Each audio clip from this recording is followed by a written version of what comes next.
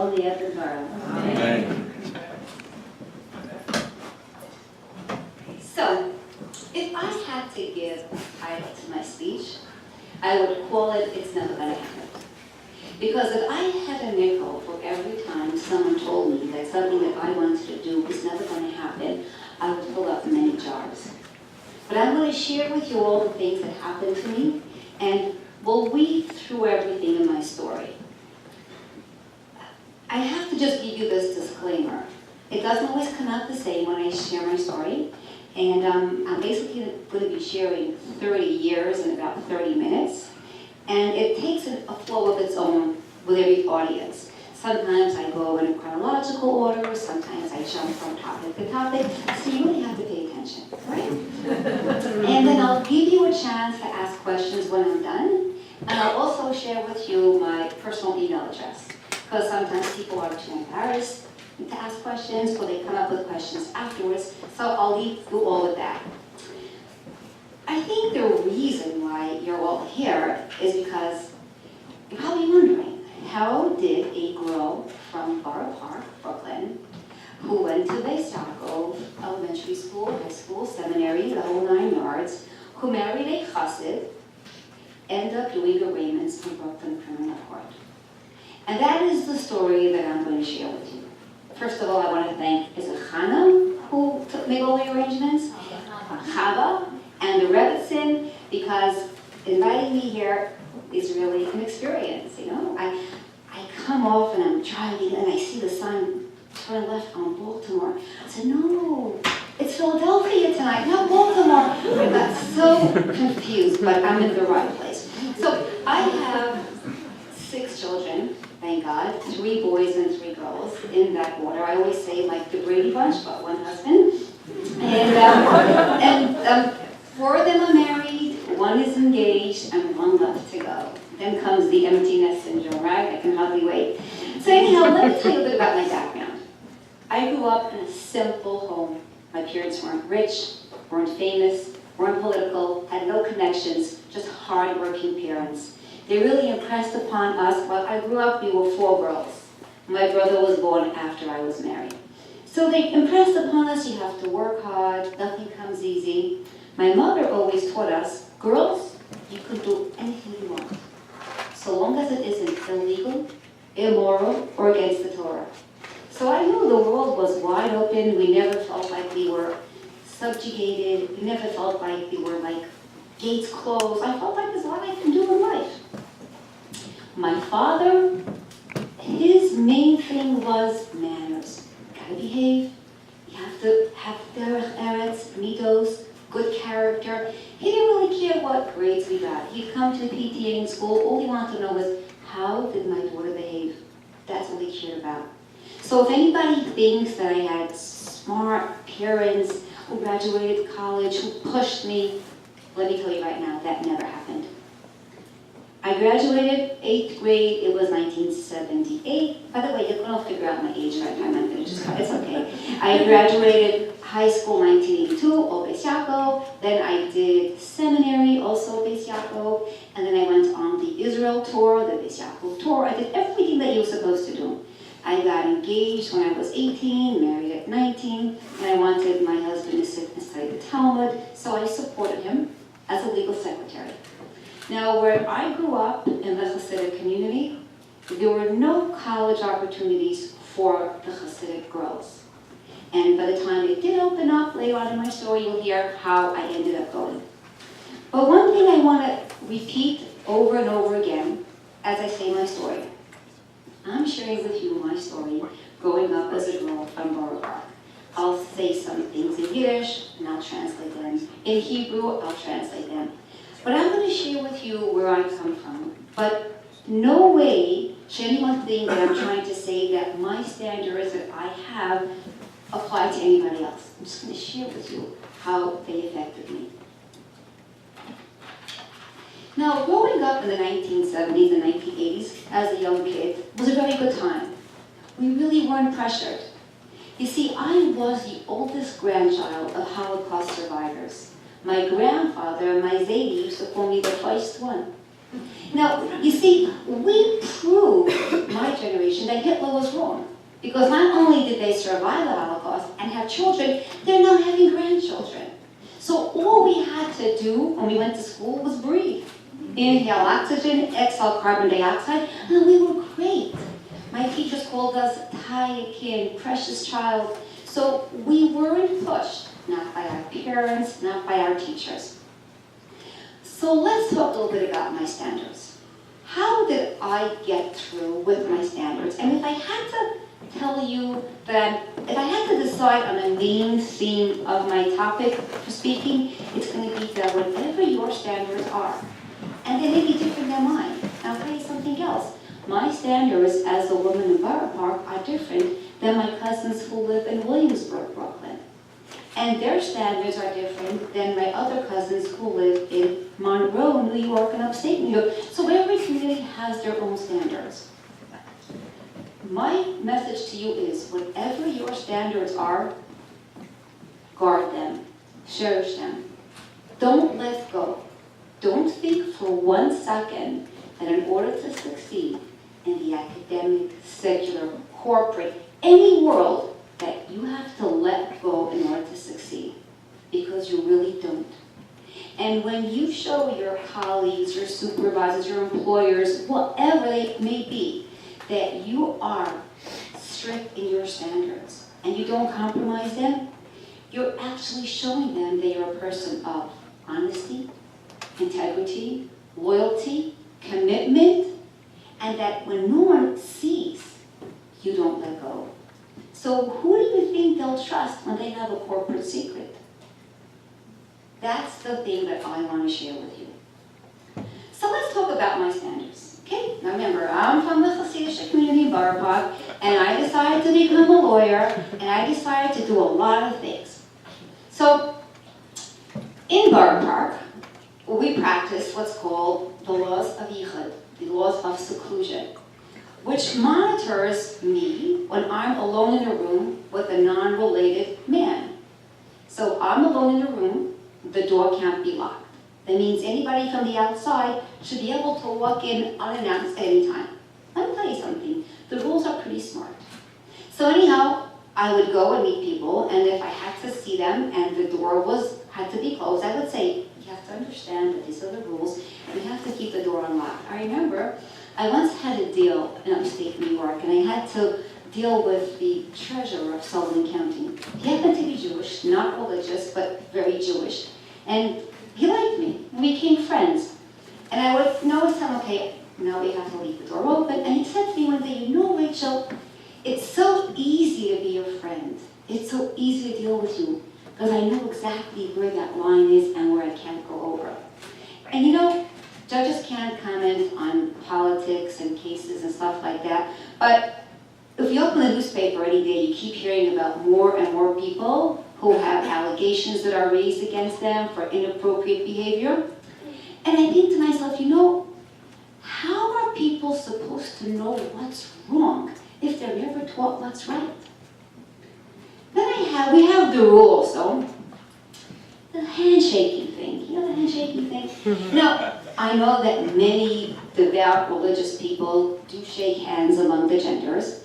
And when I was starting my practice, I discussed it with one of the rabbis in Brooklyn, and I explained my status and everything. And he said, you know, it would be okay if you would shake hands with the man, especially if you're going to embarrass him. You know, he kind of gave me an open door, like a back end door. And I'm thinking to myself, my husband is a chassid, and you know, I come from Borough Park, and am I going to start like second guessing everyone? He'll be embarrassed. He won't. I could shake his hand, and it's ridiculous. I'm not going to do that. You know what? I'm Rachel Freier. I'm from Borough Park. I don't shake hands with men, and if you don't want to retain me as your attorney, there's the door. Don't bang it on your way out, and that's it. And you know something? It really didn't affect my law practice. At the end, most of my clients were Chassidim. But I remember I had a closing once, and my husband is a mortgage broker. So it was a client, he referred me clients all the time. So I was doing a financial, commercial real estate closing, and it was one of these large corporate banks, and we were in the closing room, my clients were Chassidim, and the bank attorney knew my husband. He knew my clients. I mean, the room was so obviously Chassidic. So he comes in and he starts shaking everybody's hand. And he comes to me and I said, Steve, you know, I can't do that. He gives me a big hug. Rachel, I'm so sorry I forgot. No, that big hug was far worse than a handshake. So whenever I come into an uncomfortable situation and someone wants to shake my hand, I'll just say, you want to hear a funny story? I tell them that story. So, by the way, I ran for civil court, by the way. And I found out 2 weeks before the term started that I was going to be assigned to criminal court.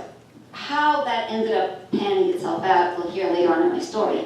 But here I am going to criminal court, and every person wants to shake my hand. And I'll say, don't you know, I'm the only woman in this whole building who won't shake hands with a man. And I make a joke out of it. You know what? Nobody ever forgets me. So then we also have rules about speech, purity of speech, what's right to say, gossip is bad, cursing is bad. We make a big deal about it among the Chassidim. Not everybody is really good in observing these rules, but at least we make a big deal about studying them.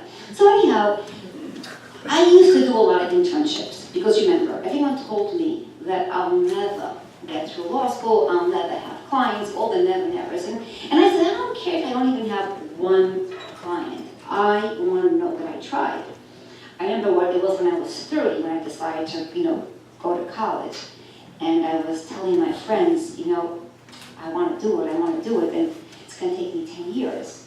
Because if I do college part-time, then I do everything else part-time, 6 years college, 4 years law school, and I started college at the age of 30. My friends said, I'm going to be 40 then. And so guess what happened? 10 years later, we all turned 40, and I was a lawyer, and they weren't. So anyhow, let me tell you about the guy who always cursed. So I was doing my internship. What happened was I figured I might not have clients, but you know what? Maybe the elderly will come to me. So let me learn some elder law. So there was and I always look for internships. So there was an elder law attorney who I found out as I was Googling around, and his office was right across from law school. So I knocked on his door and I said, hi, I'm Rachel Freier, I'd like to do an internship. Sure, I got the internship. But the desk where I was put, when I would come in once a week, was on the corner near an office, and the guy there, good-natured guy, always laughing, joking, and cursing like every second word. Now, my teachers in school taught us that when you're in an environment and you hear things that are wrong, at first it's going to bother you. Then, after a certain amount of time, you'll get to the next level where you'll get accustomed to it. It won't bother you anymore. And then you get to the next level where you start to enjoy it. So I decided I had to speak up. So I walked into his office and I knocked on his door and I said, sorry to bother you. Have a minute? He said, sure, sit down. So, I don't know how to say this, but where I come from, we really don't curse. And I come in 1 hour a week. Would you mind if when I'm here, if maybe you just don't curse? I'm so sorry, you're so right, no problem. What do you think happened? Every time I walked into the room, here she is, everyone. Watch your language. We can't curse anymore. So one day I decided I have to have some disincentive here. I have to do something to get these guys accustomed to not cursing as much. So I wrote in a little tzedakah box, a pushka, cherry box, and I put it on my desk. I said, guys, listen, I want to train you. Anytime someone curses, you put a quarter in the pushka. One guy takes out a $10 bill. Rachel, here's an advance. So but you know what? That pushka box is still on my old desk. So you never know when you stick up for your standards, people will notice it, and it might not even bother them as much as you think it would. And then comes the issue of modesty. People had seen us about the way we dress. Now, I'm sure the way that we dress in Bar Park differs in many ways from the way a lot of other Jewish religious communities have their women dressing. But I have my way of dressing. Now, when I started out as a legal secretary, I worked in large corporate law firms. Anybody here ever heard of Dress Down Friday?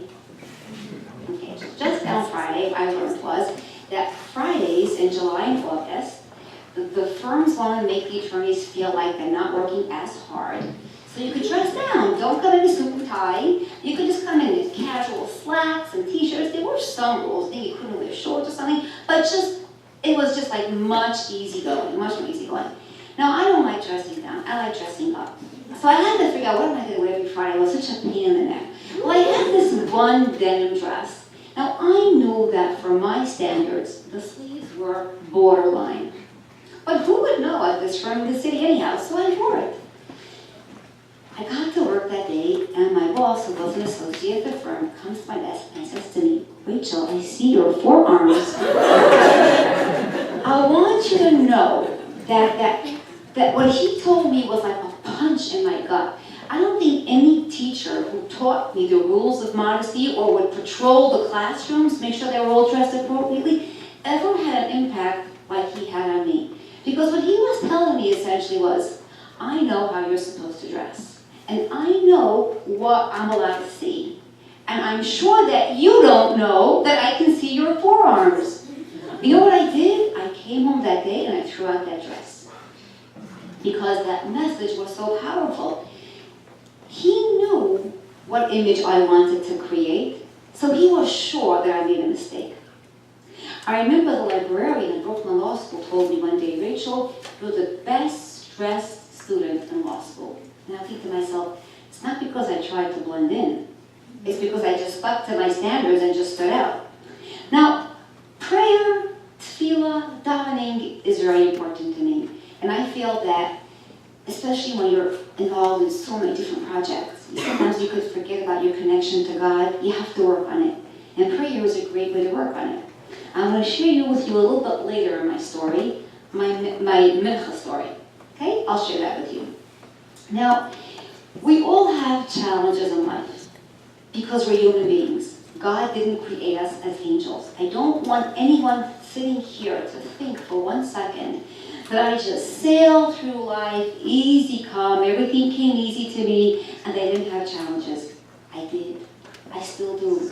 And I didn't pass every one of those challenges. And that's life. So if you find yourself going through a hard time, and you find that you fall, just get up. Just get up. Don't beat yourself up. Don't be hard on yourself. Get up and move on. Because that's what we're in this world for. To overcome challenges and learn from them. Now, interestingly enough, my challenges came not when I went into the outside world, because then those lines were so clear. It was when I worked in firms that were closely aligned to my religious standard. When I would say something is wrong, they would say, "What are you talking about? This is not wrong, and I could say this and I could do that." And I was working at a job once and I felt like, gosh, it was such a perfect job. Because at that point I had my 4th child and it was only 4 days a week, and the pay was amazing and the benefits were great. And I kept thinking about my teachers in U.S.spoke telling me about being in a place that's not right. When you're in a place that's not right, you know it. You don't have to have anybody else tell you. You know it. So I was very confused. And I told my husband, you know what? That year he was going to Israel to pray on a very special day. Anybody here know about Lag BaOmer? Okay, but I speak in different places, I never know who knows what. So Lag BaOmer comes out in the spring, and it's the anniversary of the death of one of the great holy men who lived thousands of years ago, right? Like 2,000 years ago? Rabbi Shimon Bar Yochai. So on the anniversary of his death, it's a very auspicious time to go pray at the gravesite of the person. And if he's a holy man that died, that's a special day to go to his gravesite. Well, in Israel, it's like a grand national holiday. And you have Jews from all different walks of life going to pray there. So I told my husband, look here, I don't know if I should stay in this job. I have to disconnect myself and pray. I need an answer from God. I need a sign from God.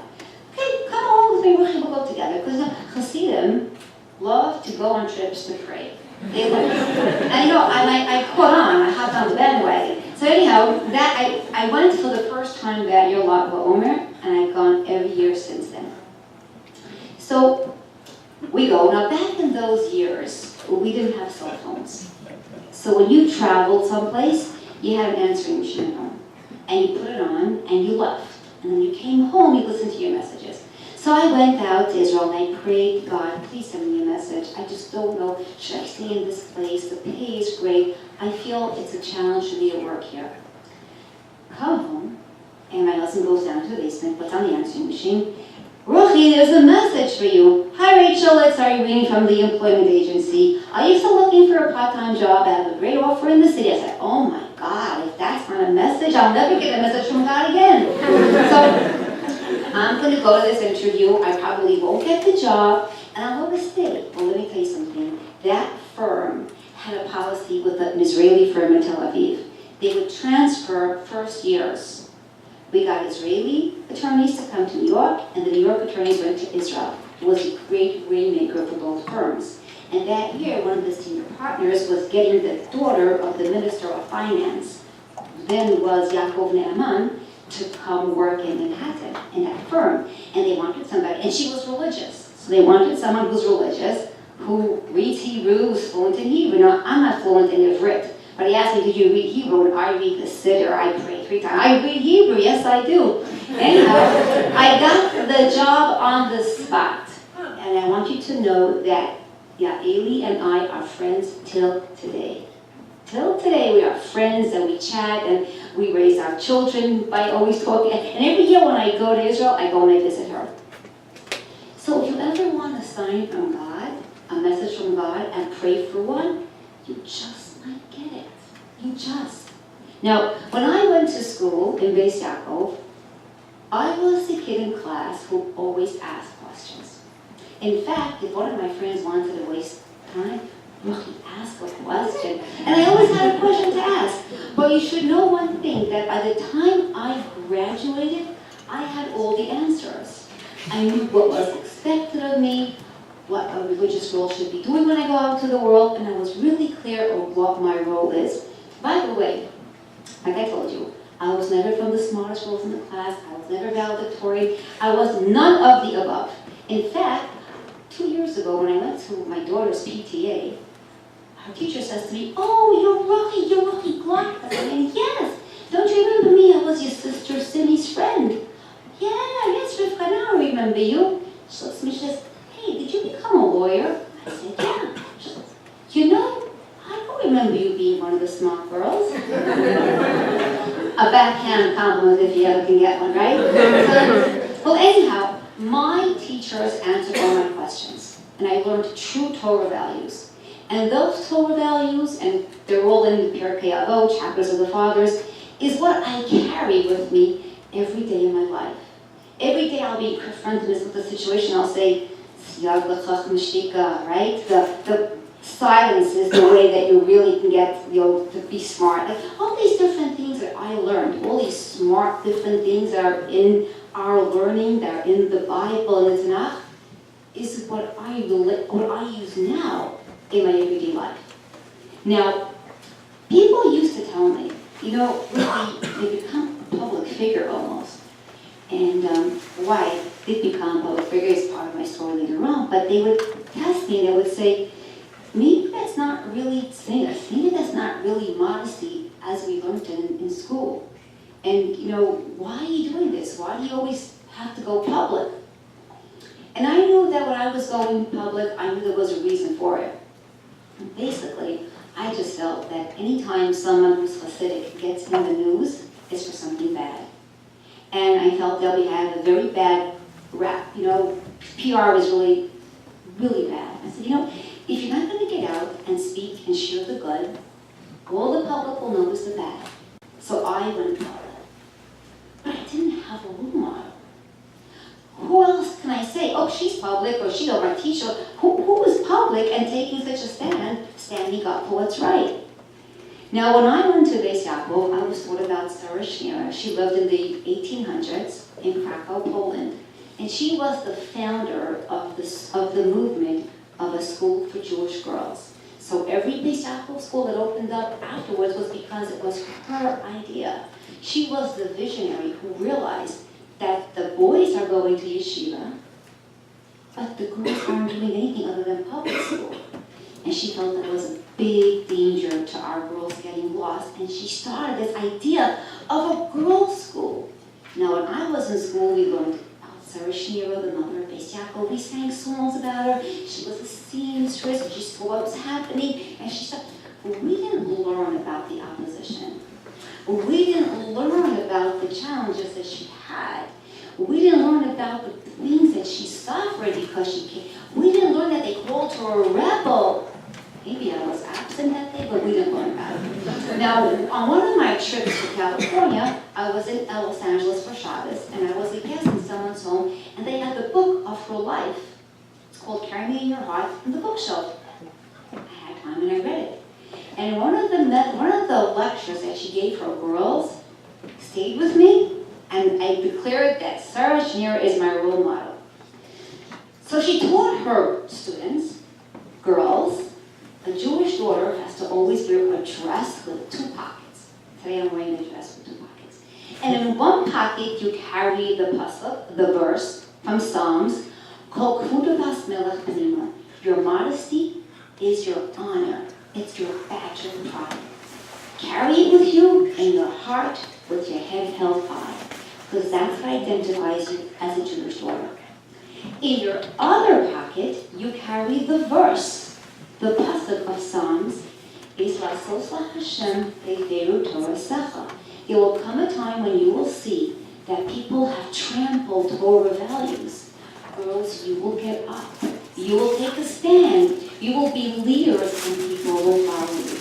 And that's what she did. She trained her students, and that time was unheard of. Young single girls without cell phones, without internet, just being trained to teach Torah and go. She sent them to different shtetls, different villages in Poland, and started the movement.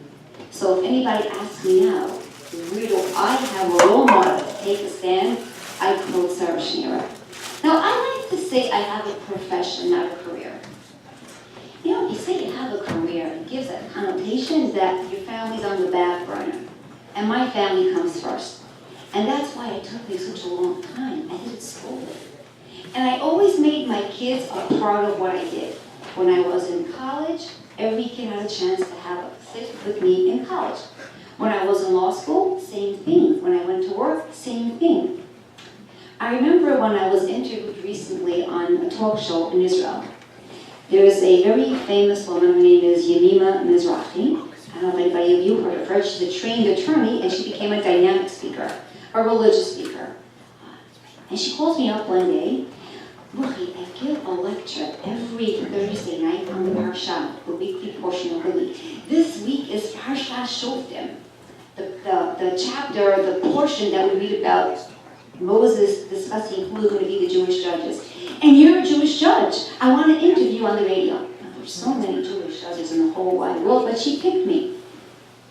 So I had to have one of my supervisors sit on the bench, because 9 o'clock at night in Israel is the afternoon here in New York. So she says to me, Ruchi, I think you became a judge in criminal court. You must hear about such terrible cases every day. You hear about crimes, you hear about awful acts that are being committed. How do you leave it in court and go home to your family? I thought for a second and I said, Rebbitzin, it's the other way around. All the values that I have as a Chassidic woman from my home, I bring with me to the court.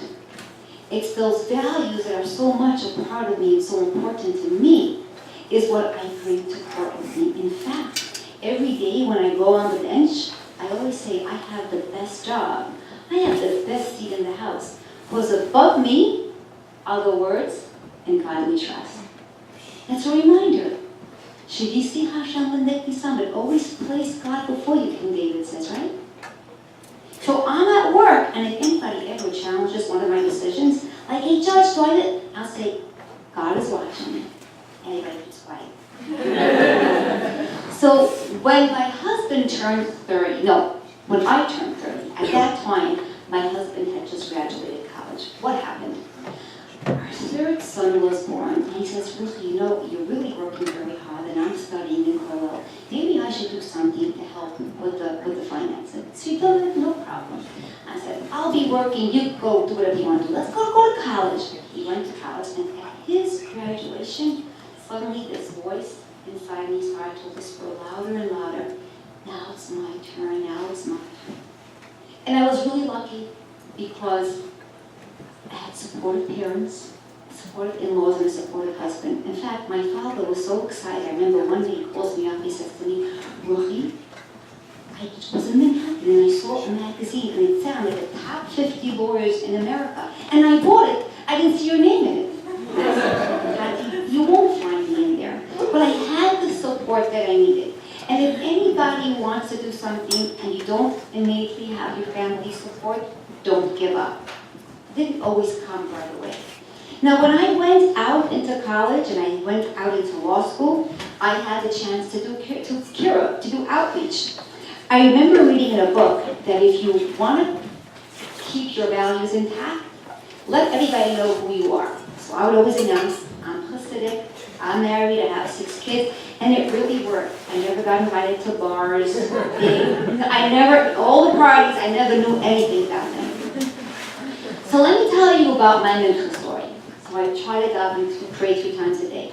Now, if you daven Shacharis, the morning services, you could daven at home, not a problem. And if you want to daven Marav, you could daven at home also before you go to sleep. It's the mincha. That's the challenge, because it's got to be said before the sun sets.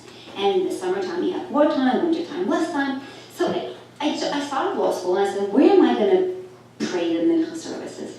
So there was a religious young girl who just graduated. And I said to her, what could I daven that's private? She said to me, you know what? Behind the cafeteria is a staircase. And behind the staircase is a fire exit. And nobody ever goes there. So if you want to be daven privately, you can daven over there.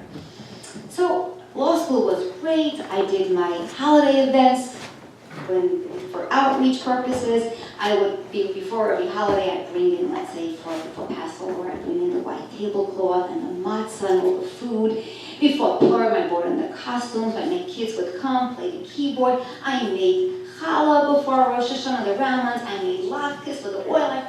We really brought the holiday spirit into Brooklyn Law School. And the security guards used to always help me open the back door, help me schlep my boxes, carry them. So before graduation, I was getting wow, I'm really graduating in such a long time. I can't believe it. So I was talking to Clyde, one of the African American security guards, and I told him, you know, Clyde, I can't believe it. 4 years almost over, and you know, I'm gonna miss you guys. You were so good, you were so helpful. Every time I made my holiday events, you helped me. I'm gonna miss you. You know, Rachel, we're gonna miss you too, and your little book. My little book? I mean, these law school books are so big, they weigh more than me. What are you talking about?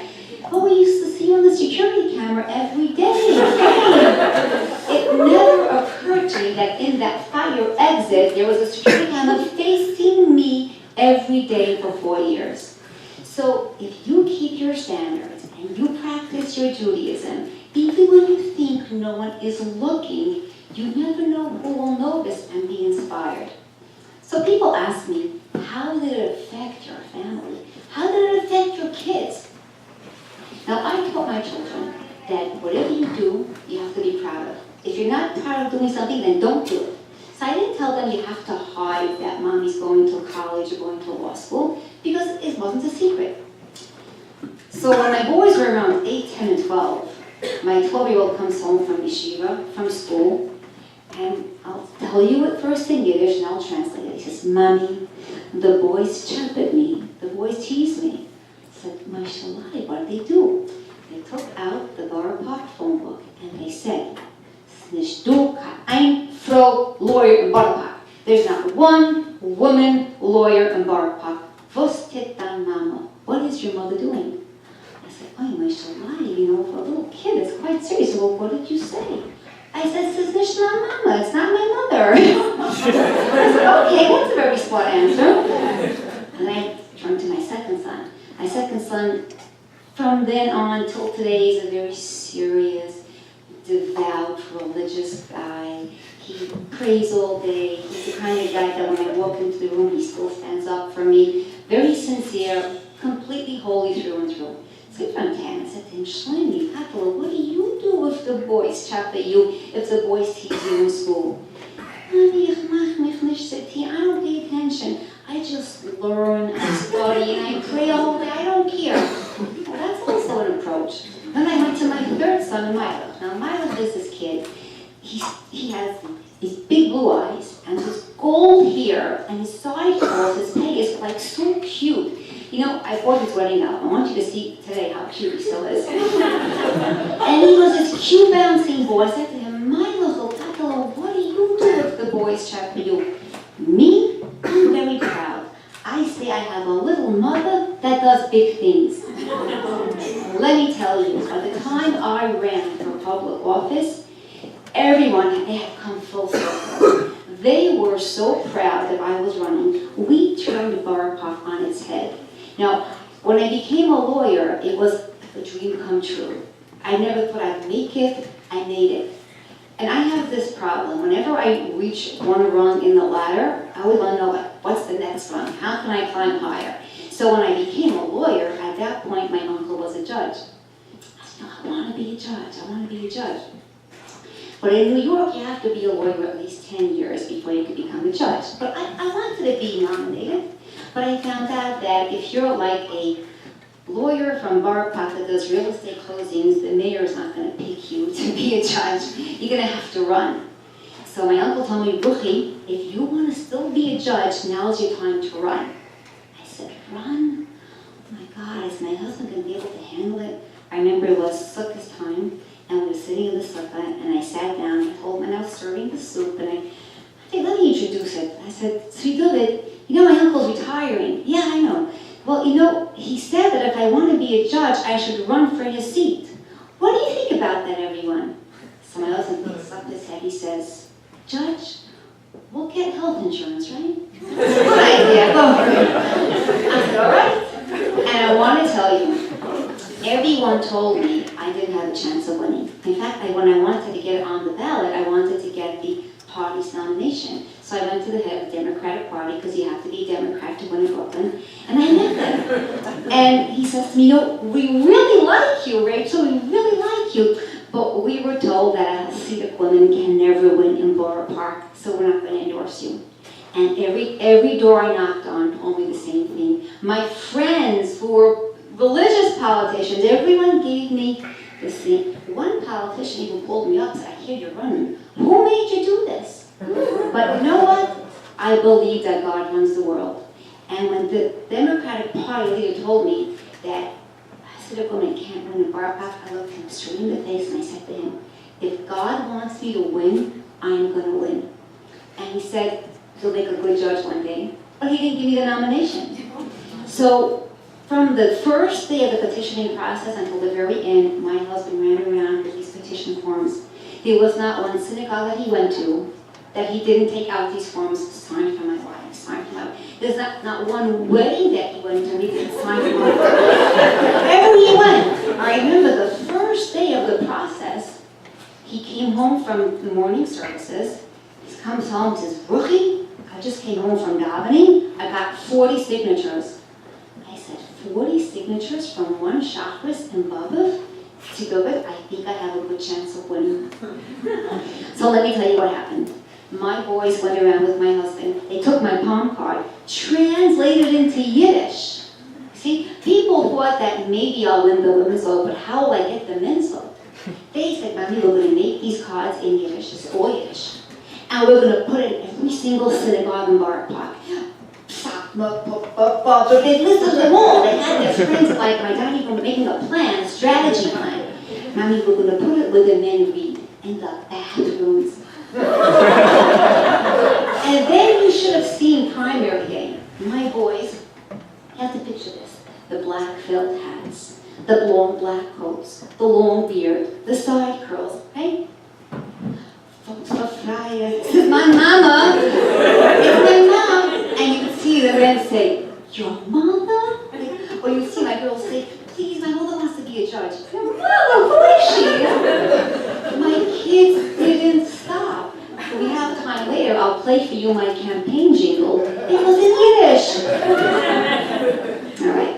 So anyhow, the bottom line is, if you want to make something happen, it can happen. Now, truthfully, I have to tell you why I do what I do. It was my deal with God. When I went to college, it was a Jewish college, and it was separate classes, men and women, and that's what I needed at that time. But when I went to Brooklyn Law School, I was for the first time in a complete secular academic environment. And I had all the naysayers telling me, you gotta be careful, you're gonna compromise your values. So I made my deal with God. God, help me get through law school without compromising my values. And when your children come to me for help, I will help them. But guess what happened? God wasted no time in testing me. Shortly after I graduated, I found out about youth at risk in my community. I said, it can't happen. And I took a stand and I advocated for them. And then when the women EMTs called me a couple of years later that they wanted to serve other women, I said, I gotta help them. Now let me tell you what happened. When I started to advocate women joining the Hatzalah organization, my opponents called me a radical Chassidic feminist. Where I come from, that's a very bad thing. Because a feminist is viewed as a woman who wants a man's job. And I kept on saying to everyone in Barak, I don't want to wear a tallis. I don't need to be pulled up to the Torah. I'm very happy covering my hair as a woman. I love lighting the Shabbos count. I love baking challah. I love being a woman. Just fighting for the women's opportunity to serve in emergency medicine. It's not about women's rights. It's just that very often women are right. And if they want to help, don't stop me. Now, it's an expression in Yiddish. Was man tit for jener, what you do for others, tit man for sich. You help someone, you do someone a favor, you think you're doing them a favor, at some point in life you're going to find out how you really helped yourself. So I get assigned to Brooklyn Criminal Court, and I say, criminal court? What does a Hasidic woman know about crimes? I didn't watch movies, I didn't go to the movie, I didn't have a television growing up. I don't know the first thing. We'll train you. I said, oh my God, I'm gonna have to learn fast.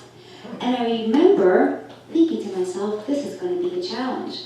But let me tell you something. All the experience that I got from dealing with the youth at risk and understanding why they are doing what they're doing, why are they doing drugs, why are they committing crimes, is what helps me understand the defendants that come before me in criminal court. When I talk to these defendants, I relate to them. I've had grown black men cry in my courtroom. And then when it comes to the victims who are injured, and the DA is going to say, oh, Your Honor, we have photos of the injuries, but we're sure you don't want to see it. With my medical training that I took to become the paramedic, I said, hand it right up. I want to see those broken bones. I want to see where the woman was bleeding. I want to see it. So what I did to help others is what actually helps me on the bench. Now, I'll give you an example. I was doing an arraignment, and this can't go public, but I was doing an arraignment, and there was a bust. And the DA was saying everything that they found in the house, all the drugs and the ammunition, and he's talking about rounds, how many rounds they found. I told the court officer, Mike, what are rounds? Bullets, Your Honor, they're bullets! Okay, but you know what? It didn't matter. I was still able to come to a fair decision, and I'm learning. All right, so my advice to all of you, all you students, be proud of who you are. Be proud of your identity. You're going to be successful, you're going to go out to the world, and who knows what opportunity is going to come your way. There'll be times when you're going to think, maybe I should take this off, maybe I should put this on, maybe I should do this. Don't twist yourself into pretzels. Don't be who you are. Be proud of who you are, because ultimately, like I told Megan Kelly when she interviewed me on the Today Show a couple of weeks ago, it's my religion that gives me the backbone. This is what keeps me going, it keeps me straight, it keeps me focused. And I can tell you now, looking back 30 years later, it didn't stop me once from succeeding. Now let me tell you a little story. I tell you a little story, a little Chassidic story. There was a rabbi, Rab Zisha. He lived in the 1700s. One of the first Hasidic rabbis. I don't know how many of you know, but the Hasidic movement started in Russia, in Eastern Europe. Around the same time that our founding fathers started this country, that's when they founded the Chassidic movement. It's easy to remember. So, Rabbi Zisha was lying on his deathbed, and he's crying. And the students are asking him, Rabbi, why are you crying? You're such a holy man. You're going straight to paradise, and you're not afraid to die. Why are you crying? And he said, I'm not crying because I'm afraid that up in heaven they're going to ask me, Zisha, why weren't you like Moses? Why weren't you like Moshe Rabbeinu? And I'm not crying because they're going to ask me, Zisha, why weren't you like King David, David HaMelech? I'm crying because they're going to ask me, Zisha, why weren't you like Zisha? Meaning, why didn't I reach my full potential? You don't know your potential. You have no idea the extent of what you can accomplish. I had no idea when I was a young student that I would ever graduate, ever go on for higher education. But I never gave up because I believed that God runs the world. If you believe that God runs the world, that He created you in His image, B'Tselem Elokim, then you know that you are endowed with potential. Whoever you may be, you were created by God, you have potential. Reach into that potential and be the best that you can be. Thank you.